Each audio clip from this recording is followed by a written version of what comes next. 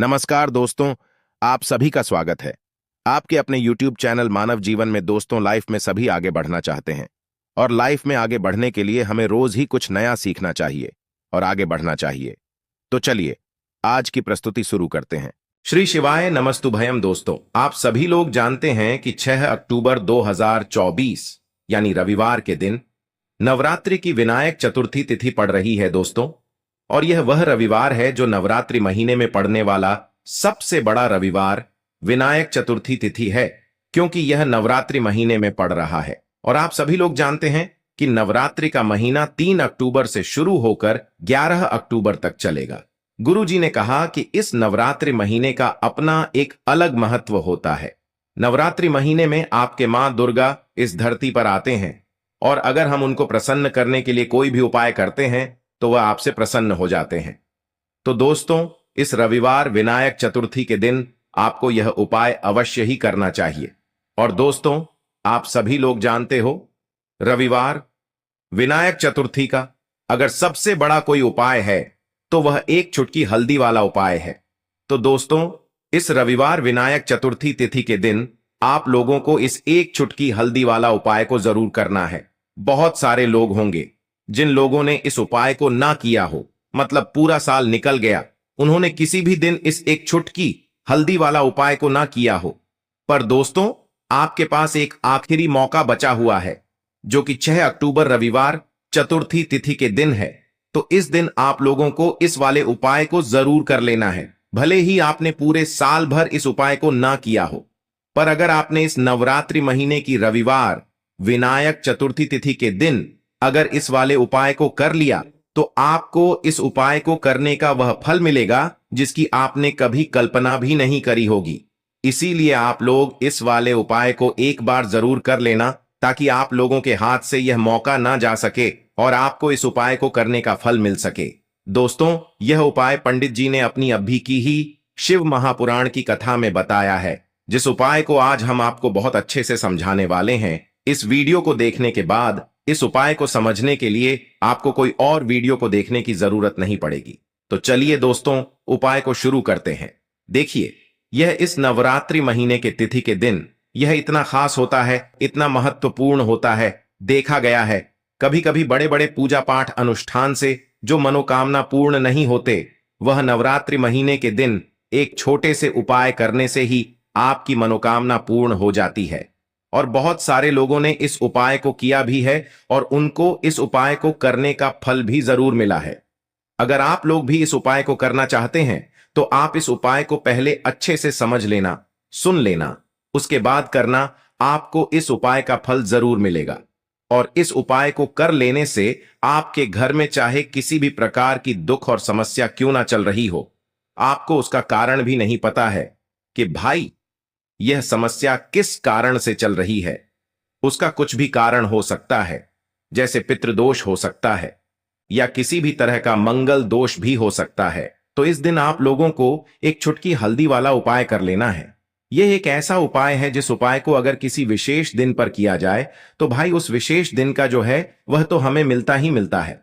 पर हमने उस दिन पर इस एक चुटकी हल्दी वाला उपाय को किया है तो हमें उससे भी बड़ा फल मिलता है, और फल बहुत जल्दी मिलता है, क्योंकि आप इस उपाय को बहुत ही बड़े और विशेष दिन पर कर रहे हो। तो चलिए अब उपाय के बारे में बात करते हैं, लेकिन उससे पहले आप लोगों को यह जानना आवश्यक है कि आखिर यह उपाय किस समय करना है, किसको करना है और कैसे करना है। तो चलिए हम आगे आपको वीडियो में एक एक करके बता देते हैं। लेकिन उससे पहले अगर आप लोग हमारे चैनल पर नए हैं तो हमारे चैनल को सब्सक्राइब कर लेना और इस वीडियो को लाइक करके कमेंट बॉक्स में श्री शिवाय नमस्तुभ्यम ओम नमः शिवाय जरूर टाइप कर देना। तो दोस्तों, इस एक चुटकी हल्दी वाला उपाय को हमें इस रविवार चतुर्थी तिथि के दिन कैसे करना है, किसको करना है, किस समय करना है और कहां पर करना है, ये सारे सवालों के जवाब आपको इस वीडियो में मिल जाएंगे।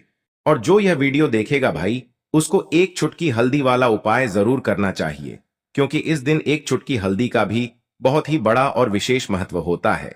और जब बात आ जाए एक चुटकी हल्दी वाला उपाय की, तो यह सोने पे सुहागा वाली बात हो जाती है और यह एक बहुत ही बड़ा उपाय हो जाता है इस रविवार चतुर्थी तिथि का। तो अब दोस्तों, इस एक चुटकी हल्दी वाला उपाय को आखिर करना किसको है, सबसे पहले हम लोग वह बात जान लेते हैं। तो देखो, घर की जो बड़ी माताएं बहनें होती हैं, उन माताओं बहनों में से कोई भी एक बड़ी माता बहन इस वाले उपाय को कर सकती है। और दोस्तों, अगर आप चाहें तो अपने घर में से सभी सदस्यों को भी इस उपाय को करवा सकते हैं। अगर किसी व्यक्ति की खुद की कोई मनोकामना है, खुद की कोई दुख और परेशानी है जो कि वह अपने लिए ही करना चाहता है इस वाले उपाय को, तो वह खुद अपने लिए भी कर सकता है। बाकी अगर कोई घर में से ऐसा है जो कि अपने पूरे घर परिवार की सुख और शांति के लिए यह वाला उपाय करना चाहता है, तो भाई वह भी कर सकता है, उसमें भी कोई दिक्कत वाली बात नहीं है। कहने का मतलब यह है कि इस उपाय को हर एक सदस्य भी कर सकता है और पूरे घर परिवार के सदस्य के लिए घर की बड़ी माताओं बहनों में से कोई एक माता बहन भी कर सकती है। माताएं बहनें अगर घर में उपस्थित ना हो या वह यह वाला उपाय ना कर पा रही हो, तो फिर घर का कोई बड़ा सदस्य भी इस एक चुटकी हल्दी वाला उपाय को कर सकता है। चाहे फिर वह पुरुष ही क्यों ना हो, उसमें कोई भी दिक्कत वाली बात नहीं है। उसके बाद में दोस्तों, जो अगला प्रश्न निकल कर आता है वह यह आता है इस उपाय को लेकर कि आखिर इस उपाय को हमें किस समय करना है, सुबह के समय करना है कि शाम के समय करना है। तो देखो, इस वाले उपाय को आप लोग सुबह के समय भी कर सकते हो और शाम के समय प्रदोष काल में भी कर सकते हो।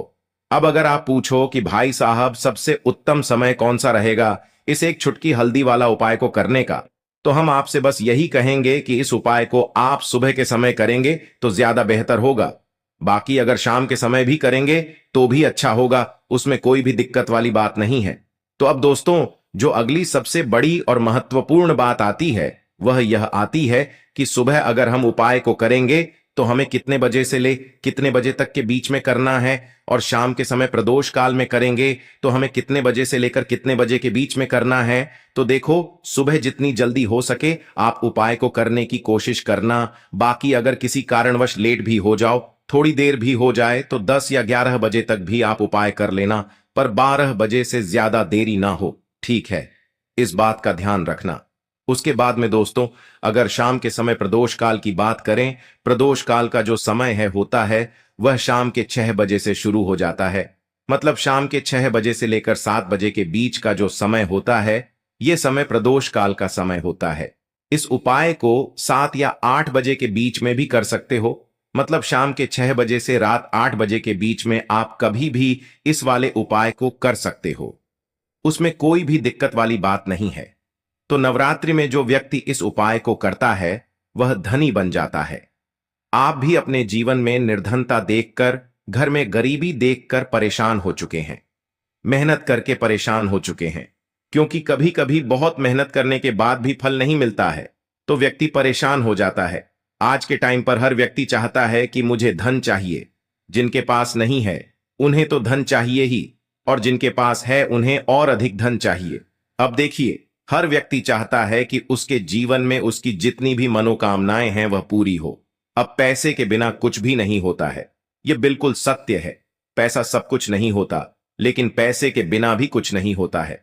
अब घर में अगर मां लक्ष्मी का वास हो जाए तो ऐसे घर में कभी पैसों की कमी नहीं होती है। हमेशा उस घर में धन में वृद्धि होती है, पैसा आता है और रातों रात आप भी महाधनी महाकरोड़पति बन जाते हैं। तो नवरात्रि के जो 9 दिन होते हैं, इन 9 दिनों में मां दुर्गा पृथ्वी पर आती हैं। और आपको बता दें, मां दुर्गा के साथ साथ मां लक्ष्मी भी हमारे घर में आती हैं। शाम का समय जो होता है यह मां लक्ष्मी के पूजन के लिए सबसे उत्तम होता है। और जो उपाय आपको बताने वाले हैं, यह उपाय तो आप सुबह में भी कर सकते हैं और शाम को भी कर सकते हैं। जिन लोगों ने सच्ची श्रद्धा से इस उपाय को किया है वह आज महाधनी है। आप इस उपाय को सच्ची श्रद्धा से करेंगे तो आपको भी महाधनी बनने में समय नहीं लगेगा। देखिए, सच्ची श्रद्धा से किए गए उपाय तुरंत सफल होते हैं। तो ऐसा समझ लीजिए कि यह एक उपाय आपके भाग्य को चमकाने आया है, आपकी सोई हुई किस्मत को जगाने आया है। ऐसा समझ लीजिए कि अब आपके घर में धन की वर्षा भी होगी, धन आएगा भी। और जिन लोगों के जीवन में धन रुकता नहीं है, क्योंकि ज्यादातर लोगों की यह समस्या होती है कि पैसा तो घर में आता है लेकिन वो पैसा घर में रुकता नहीं है, दवाइयों में चला जाता है, बीमारियों में चला जाता है, दुर्घटनाएं बहुत होती हैं। घर में कुछ ना कुछ ऐसा होता है कि धन की बर्बादी हो रही है, तो ऐसा समझ लीजिए यह जो उपाय आपको बताने वाले हैं, इस उपाय को करने से कभी भी आपके घर में ना तो फिजूल खर्ची होगी, ना धन की बर्बादी होगी, और दवाइयों में भी आपका पैसा बिल्कुल नहीं जाएगा। उपाय को करने के लिए सबसे पहले आपको क्या लेना है? एक नोट लेना है। देखिए, आप यहां पर 100 का नोट भी ले सकते हैं। अगर आपके पास 200 का नोट है तो आप 200 का नोट ले लें, बहुत उत्तम है। अगर 500 का ले लेते हैं तो और भी ज्यादा उत्तम है। अगर 500 का नहीं है, ठीक है ना, 200 का भी नहीं है, तो आप 100 का नोट ले लें। थोड़ी सी यहां पर आपको लेनी है पिसी हुई हल्दी चूरा जो आता है, पिसी हुई हल्दी का पाउडर पाउडर फॉर्म में होती है ना, तो आपको पिसी हुई हल्दी लेनी है। 100 का नोट लेना है और एक आपको देसी घी का दीपक तैयार करना है। देसी घी का दीपक जो आप तैयार करेंगे, ये लंबी बात इसके अंदर आपको लगानी है, ठीक है ना। अब आप अपने घर के मंदिर में बैठ जाएंगे और सबसे पहले भगवान गणेश का ध्यान करेंगे, ठीक है ना, क्योंकि भगवान गणेश जो है यह प्रथम पूजनीय है। सबसे पहले इन्हीं का ध्यान किया जाता है। भगवान गणेश का मन ही मन ध्यान कर लेंगे, जय हो भगवान गणेश की, इस तरह से मन ही मन बोल देंगे आप, ठीक है ना। अब आपको क्या करना है? सबसे पहले दीपक जलाकर आपको अपने घर के मंदिर में माता रानी के सामने रख देना है।